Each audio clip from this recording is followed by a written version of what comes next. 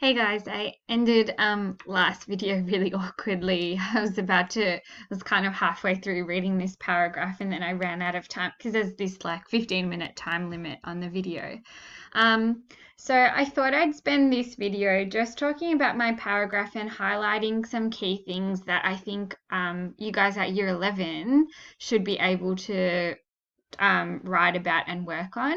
Now, like I said last video, it's taken me a good 15-20 minutes to write this paragraph, and it'll take you similar or even longer.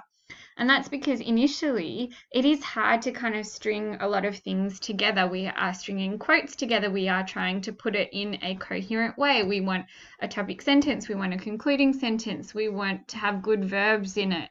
That takes a lot of time. But then if we put in the hard work now, like I said in the other video, it'll get easier and easier and easier to be writing essays, because all you have to do is pick and choose some bits and pieces you've written in your paragraph and string things together. So yeah, it does get easier, and that's why we're going to be doing quite a bit of practice in this.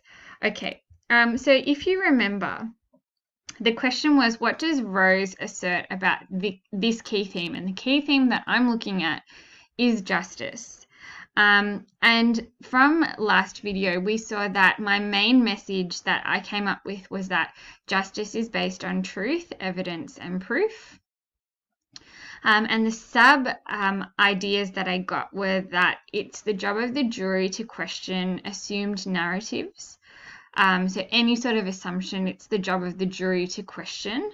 And then it is the premise of democracy that an accused is assumed to be innocent. So that's really important in 12 Angry Men, that you are innocent and you are assumed to be innocent until you are proven to be guilty.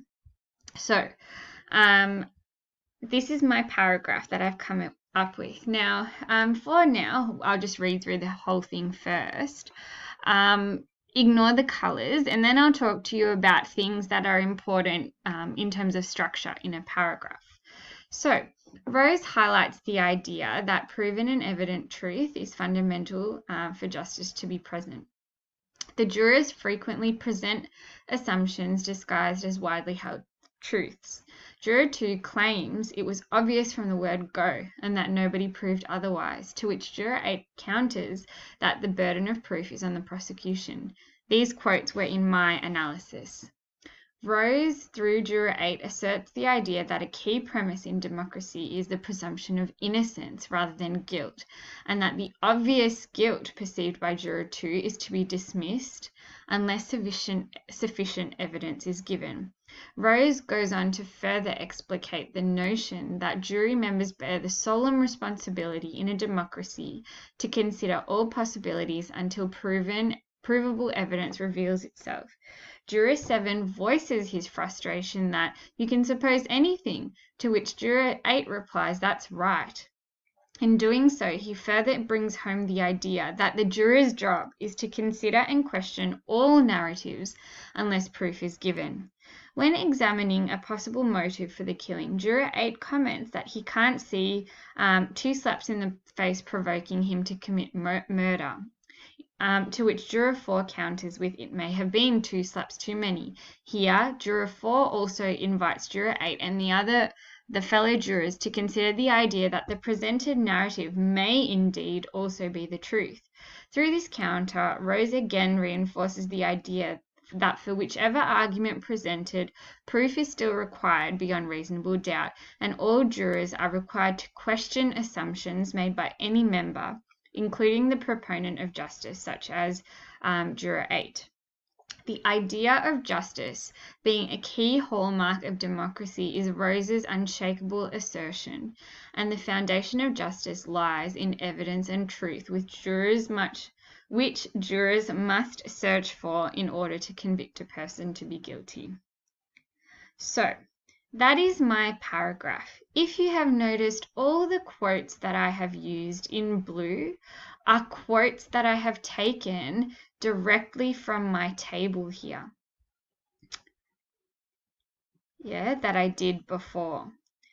Now, I just want to point out a few things. The blue is quotes. I have used 1, 2, 3, 4, 5, 6, 7. I've actually used 7 quotes in this paragraph. And as you guys are beginning to notice in year 11, the quotes that I require you to use are not big, dense sentences. I want you guys to start feeling comfortable to use phrases. That shows much more sophistication in writing because you are basically threading your quote in your paragraph.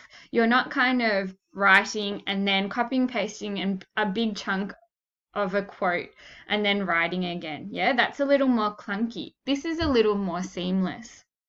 Okay, so have a look at the way I've used quotes. Then I don't want you to forget topic sentences. Now, if you look at what my big idea was, what my main message I thought was, I said justice is based on truth, evidence, and proof. Look at my topic sentence here. Rose highlights the idea that proven and evident truth is fundamental to justice. It's the same thing, okay? So your topic sentence always needs to be about a key idea that Rose is presenting. And also, it will depend on what topic you get, yeah? Now, the concluding sentence also needs to arrive back at the same topic. So our topic is about justice, and my topic sentence was about the fact that justice needed to have truth in it. You know, for justice to occur, truth must be proven.